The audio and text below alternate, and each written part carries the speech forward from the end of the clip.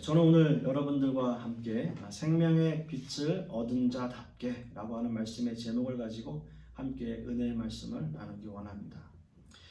요한복음의 말씀은 다른 복음서들과는 좀 다르게 역사적인 어떤 순서에 중점을 두고 기록한 것이 아니라 어떤 사건이 있고 그 사건이 주는 의미에 대해서 설명을 자세히 기록하고 있는 것, 그것이 요한복음의 특징일 것입니다. 따라서 오늘 말씀 역시도 요한 사도가 이 독자들에게 주는 어떤 의도 또는 어떤 의미가 있는 말씀인 것이죠. 오늘 말씀 역시 초막절을 배경으로 하고 있는데요. 예수님은 자신을 생명의 빛이다 라는 선포를 하시면서 그 말씀에 대한 설명을 8장 마지막 절인 59절까지 그 설명을 이어가고 계시는 것입니다. 오늘 예수님이 말씀을 선포하시는 그때의 배경을 다시 한번 좀 생각해 보기를 원하는데요. 예수님은 무리를 향해서 나는 세상의 빛이니 라는 선포를 하고 계시죠. 그리고 예수님은 많은 무리들과 함께 말씀을 주고받고 계시는 거예요. 주고받는. 자, 그런데 지난주 말씀을 우리가 좀 생각해 보면, 지난주에 우리가 가늠한 여인의 사건에 대한 말씀을 함께 나누었는데, 그런데 그 지난주 말씀에 보면 이렇게 말씀이 끝나요. 너희 중에 죄 없는 자가 먼저 돌로 치라 라는 말씀, 그 말씀 때문에 어른으로부터 시작해서 젊은이까지 모두가 다 떠나고 예수님과 그 여인만 남게 되어요. 그리고 예수님께서도 그 여인에게 다시는 죄를 짓지 마라 라는 말씀을 하시면서 그 여인마저도 이제 떠나게 되는 거죠. 결국 예수님 혼자만 남는 모습으로 이제 끝이 났어요. 그럼 오늘 이 말씀은 과연 누구에게 전하고 계시는 것이냐라는 거예요. 그래도 떠난 사람 외에, 그렇게 떠난 사람 외에 다른 사람들이 남아 있어서 그 사람들을 향해서 외치고 그 사람들과 말씀을 주고받았냐라는 거죠. 그런 모습이냐라는 거죠. 오늘 요한복음 그 말씀 7장 53절에서부터 8장 11절까지, 그러니까 지난주에 우리가 함께 말씀을 나누었던 가늠한 여인의 사건, 그러니까 7장 53절부터 8장 11절까지를 보시면 맨 앞과 끝에 괄호가 쳐져 있어요. 자세히 한번 보세요. 괄호가 쳐져 있을 겁니다. 사실 이 가늠한 여인의 사건 기사는 그 정당성을 의심받고 있어서 중요한 사본에는 이 기록이 없어요. 예를 들면 우리에게 그래도 그나마 잘 알려져 있는 사해 사본이나 시내 사본이나 바티칸 사본이나 알렉산드리아 사본 같은 곳에는, 유명한 사본에는 이 기록이 없는 거예요. 성경은 그 원본은 사라지고 다 필사본인데 그 필사할 때 이 기록이 거기에 기록되어져 있지 않다라는 거예요. 그래서 이 기록이 없는데 아주 소수의 사본들에는 이 내용이 기록되어져 있습니다. 사실 그 사본들을 제가 보긴 했지만 잘 알려져 있지 않는 그런 사본들이에요. 굳이 제가 그 제목들을 설명드릴 필요는 없을 것 같습니다.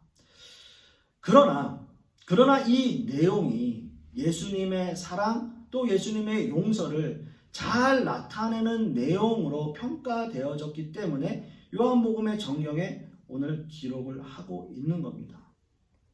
물론 역사적으로도 이 사건은 있었던 사건이고요.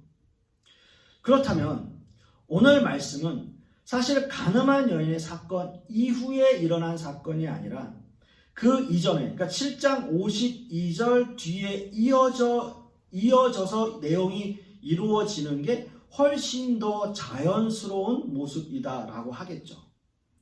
그래서 이 사건의 배경을 정확하게 보면 초막절 명절 마지막 날인 7일째 날 밤을 시간적 배경으로 하고 있는 거예요. 그러니까 우리가 이 음행한 가늠한 여인의 사건을 말씀드릴 때는 7일째 밤에서 8일째 아침으로 넘어가는 시점으로 말씀을 드렸었는데, 오늘 이 말씀이 52장 다음에 이어지는 내용으로 보면 7일째 밤, 그런 모든 7일째 제사 의식이 끝나고 7일째 밤으로 넘어가는 그 밤 시점에 일어난 사건이라고 보는 거죠. 지난주에 말씀을 드렸듯이 초막절 마지막 7일째에는 제사의식이 끝나고 솔로몬 행각에 있는 여인의 뜰로 장소를 옮겨서 관제 축제를 벌인다라고 말씀을 드렸습니다. 모든 민족들이 함께 모여 축제를 벌이는 거예요. 흔히 올라이트 축제인 거죠. 밤새도록 이렇게 노는 거예요. 축제를 벌이는 겁니다. 그리고 또 한 가지 하는 일이 있었어요. 뭐냐면 그것은 바로 빛의 조명이라고 하는 행사예요. 빛의 조명은 여인의 뜰 안에 네 모퉁이에 촛대에 불을 환하게 밝히는 거죠. 그래서 이 조명 아래서 횃불을 돌리며 또 레위인들은 하나님 앞에 찬양을 드리면서 축제는 그렇게 무르익어 가는 거예요. 이러한 빛의 행사는 이스라엘 민족이 광야 생활을 할 때 하나님께서 낮에는 구름 기둥으로 밤에는 불 기둥으로 우리를 인도하셨다라는 것을 기뻐하며 드리는 행사라고 하는 거죠. 이스라엘 민족에게 하나님은 빛이십니다. 자신들을 약속의 땅으로 인도하셨고 이 빛은 하나님의 구원을 의미하고 있기 때문이죠. 빛은 이스라엘 백성들에게 이렇게 큰 의미가 있어요. 그런데 예수님께서는 지금 자신을 나는 생명의 빛이니 라고 선포하고 있습니다. 많은 사람들이 축제의 밤을 즐기기 위해서 분주한 때에 빛의 조명을 밝혀졌지만 그 조명 아래서 행하는 모든 인간들의 모습들은 악한 모습들 뿐이었다라는 거예요. 이 백성들에게 이 빛의 조명은 어떤 의미에선 의미가 없어 보여요. 오히려 좀 성가신 거죠. 아니 어떤 의미에서 보면 좀 어두워지기를 바라고 있을지도 모르겠어요. 이스라엘 민족의 그 모습들을 구석구석 비춘다는 의미로 이 촛대의 불을 밝혔지만 사실상 모두가 그 빛을 외면하고 어둠을 찾아 들어가고 있는 그러한 모습입니다. 예수님께서는 이 백성들을 향해서 나는 세상의 빛이니 라는 선포를 하세요. 지금 어둠 속에 있는 이 백성들에게 영원한 구원과 은혜를 주실 분, 그분은 오직 한 분, 예수 그리스도이십니다. 오늘 우리가 함께 읽은 본문 말씀 8장 12절 말씀을 우리가 다시 한번 보겠습니다. 제가 읽겠습니다. 예수께서 또 말씀하여 이르시되 나는 세상의 빛이니 나를 따르는 자는 어둠에 다니지 아니하고 생명의 빛을 얻으리라. 자, 오늘 본문의 말씀은 요한복음에 기록되어져 있는 예수님의 자기선언, 그러니까 나는 세상의 빛이니라는 이 선언의 말씀인데요. 예수님께서는 요한복음에서 총 7번의 자기선언을 하십니다. 한번 들어보세요. 나는 생명의 떡이니, 두 번째는 나는 세상의 빛이니, 오늘 말씀이고요. 세 번째는 나는 양의 문이라, 또 나는 선한 목자라, 나는 부활이요 생명이니, 내가 곧 길이요 진리요 생명이니, 그리고 마지막으로 7번째는 나는 참 포도나무요 라고 하는 자기 선언의 두 번째 선언이세요. 나는 세상의 빛이니 라는 선언입니다. 초막절의 축제 마지막 날 황금촛대의 불을 환히 밝히고 이 빛이 예루살렘 구석구석을 밝힌다는 의미를 가지고 있는 그 말씀을 염두에 두고 예수님께서는 나는 세상의 빛이니 라는 선포를 하고 계시는 거예요. 이스라엘 민족에게 빛은 어떤 의미를 가지고 있을까요? 예수님이 이 말씀을 선포하실 때 그 당시에 사람들은 예수님의 이 말씀을 어떤 의미로 과연 받아들이고 있을까요? 아마도 이스라엘 민족이 가장 먼저 빛에 대하여 생각하는 것은 바로 광야에서의 생활일 것입니다. 지금도 그 생활을 초막절을 지내면서 경험하고 있는 거예요. 출애굽기 13장 21절 22절 말씀을 보시면 여호와께서 그들 앞에 행하사 낮에는 구름 기둥으로 그들의 길을 인도하시고 밤에는 불 기둥으로 그들에게 비추사 주야로 진행하게 하시니 낮에는 구름 기둥 밤에는 불 기둥이 백성 앞에서 떠나지 아니하니라 라고 말씀하고 있습니다. 초막절 행사는 일주일 동안 장막을 밖에 치고 조상들의 광야 생활을 생각하며 지내는 절기예요. 특별히 광야의 사막 한가운데서 주야로 이동하는 백성에게 낮에는 구름 기둥으로 그리고 밤에는 불기둥으로 인도하시는 그 하나님은 그야말로 구원의 상징이라 할 수 있습니다. 사막 한가운데를요 대략 200만이나 되는 백성들이 이동하는 거예요. 그리고 팔레스타인 지방의 사막의 날씨는 그야말로 변화무쌍한 날씨입니다. 낮에는 뜨거운 태양이 내리쬐고요. 밤에는 차가운 모래바람이 부는 그런 사막의 날씨입니다. 그야말로 살인적인 날씨라고 할 수 있어요. 그래서 하나님께서는 낮에는 구름 기둥으로 그리고 밤에는 불 기둥으로 백성들을 보호하고 인도하시는 것입니다. 이렇듯 이스라엘 민족에게 빛은 하나님의 언약의 상징이고 구원의 약속과도 같은 거예요. 이러한 역사적인 배경을 염두에 두고 예수님은 나는 세상의 빛이니 라는 선포를 하고 계시는 것입니다. 지금까지 빛이신 하나님을 막연하게 생각했다면 바로 너희들 앞에 있는 이 사람, 바로 내가 세상을 비추는 빛이다 라는 선포를 하고 계시는 거죠. 세상 사람들은 당연히 이 빛을 알지 못했어요. 아니, 오히려 이 빛을 거부하고 있어요. 이유는 너무나 간단하죠. 자신들이 어둠에 있기 때문이에요. 요한복음 1장 9절 10절 말씀을 보시면 참 빛, 곧 세상에 와서 각 사람에게 비추는 빛이 있었나니 그가 세상에 계셨으며 세상은 그로 말미암아 지은 바 되었을 때 세상이 그를 알지 못하였고 라고 말씀하고 있습니다. 예수님께서는 이 땅에 참 빛으로 오신 분이시고요. 이 빛이 우리 인간 세상에 직접 오신 거예요. 하나님께서 이 세상에 직접 오신 거예요. 그러나 세상은 그 빛을 알지 못합니다. 세상은 오히려 이 빛을 없애려고 노력하고 있어요. 세상은 모두 어둠에 속해 있고요. 어둠은 빛이 오면 무조건 없어지기 때문에 빛과 어둠이 공존하는 일은 없어요. 빛이 비치면 어둠은 물러가게 되어 있는 거예요. 이런 질문은 어떨까요? 예수님 그리고 사단의 거리에는 얼마나 될까요? 마귀가 우리에게 다가오는 시간은 얼마나 걸릴까요? 또 우리에게서 떠나는 시간은 얼마나 걸릴까요? 대답은 간단합니다. 깜깜한 방에서 불을 켜시면 순식간에 방 안이 밝아져요.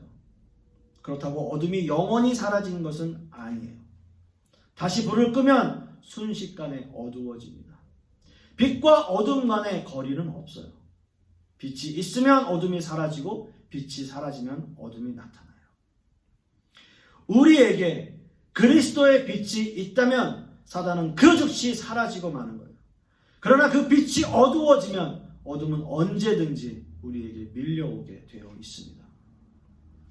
오늘 말씀에서도 이스라엘 민족은 자신들이 어둠에 속해 있음을 여실히 드러내고 있어요. 예수님의 말씀을 배척하고 그 말씀을 들으려 하지 않습니다. 그래서 예수님께서는 백성들을 향해서 이렇게 말씀하세요. 요한복음 8장 44절 말씀에 너희는 너희 아비 마귀에게서 났으니 너희 아비의 욕심을 너희도 행하고자 하느니라. 그는 처음부터 살인한 자요 진리가 그 속에 없으므로 진리에 서지 못하고 거짓을 말할 때마다 제 것으로 말하나니 이는 그가 거짓말장이요 거짓의 아비가 되었음이니라 라고 말씀하십니다. 어둠에 있는 자들을 향해서 하시는 예수님의 말씀. 예수님께서는 이 어둠의 세력에 있는 것은 바로 마귀의 자녀임을 분명히 선포하고 계시는 것입니다. 그는 살인하고 거짓말하는 자다. 살인하고 거짓말하는 자다라고 말씀하십니다. 어둠에 있는 자녀들은 자신들이 어둠에 있다는 것을 인식하지 못합니다. 자신들이 하는 일에 대해서 정당하다라는 생각을 할 거예요.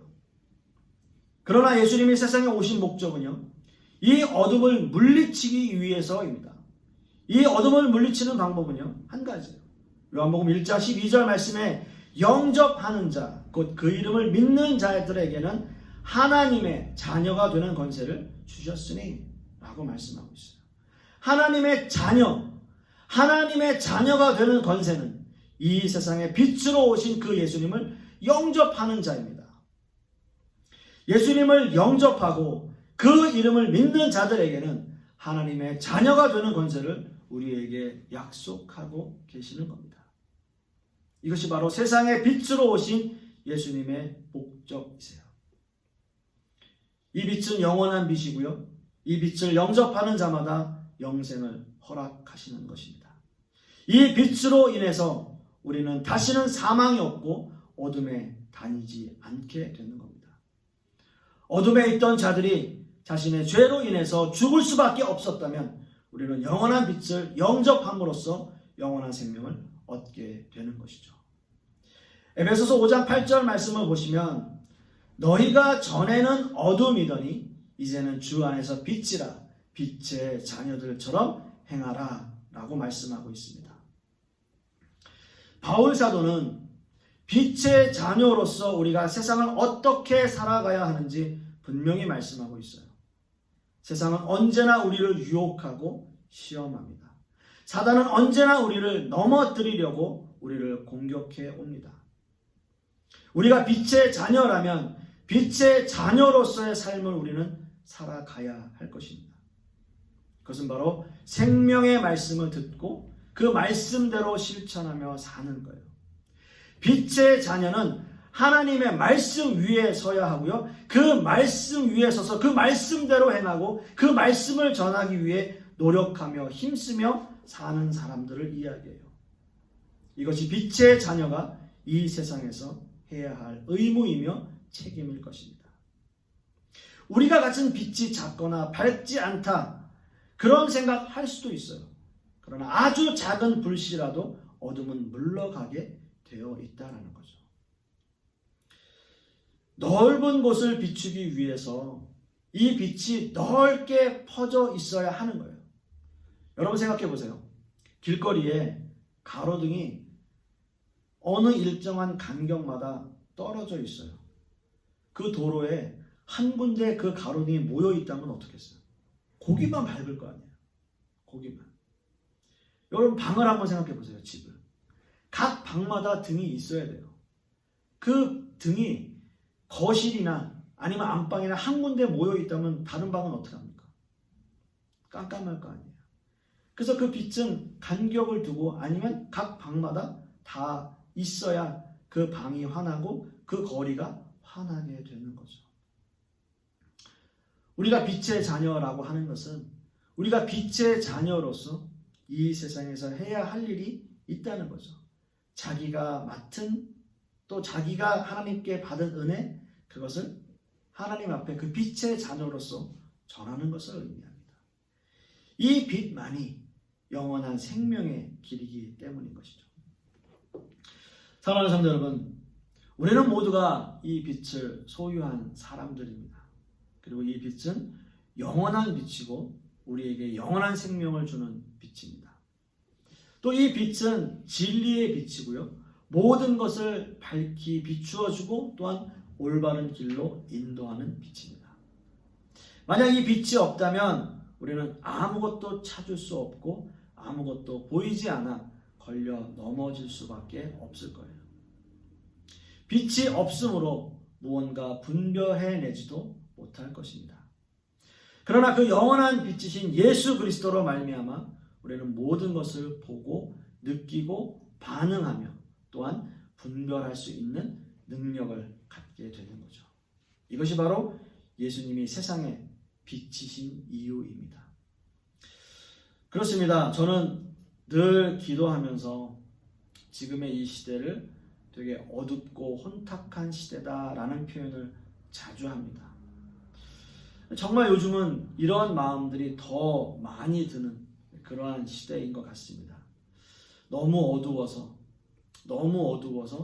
어떤 길로 가야 할지 방황하고 있는 우리의 모습들이죠. 교회의 모습들, 또 목회자들의 모습들, 성도님들의 모습들, 그런 모습들을 보게 되는 거죠.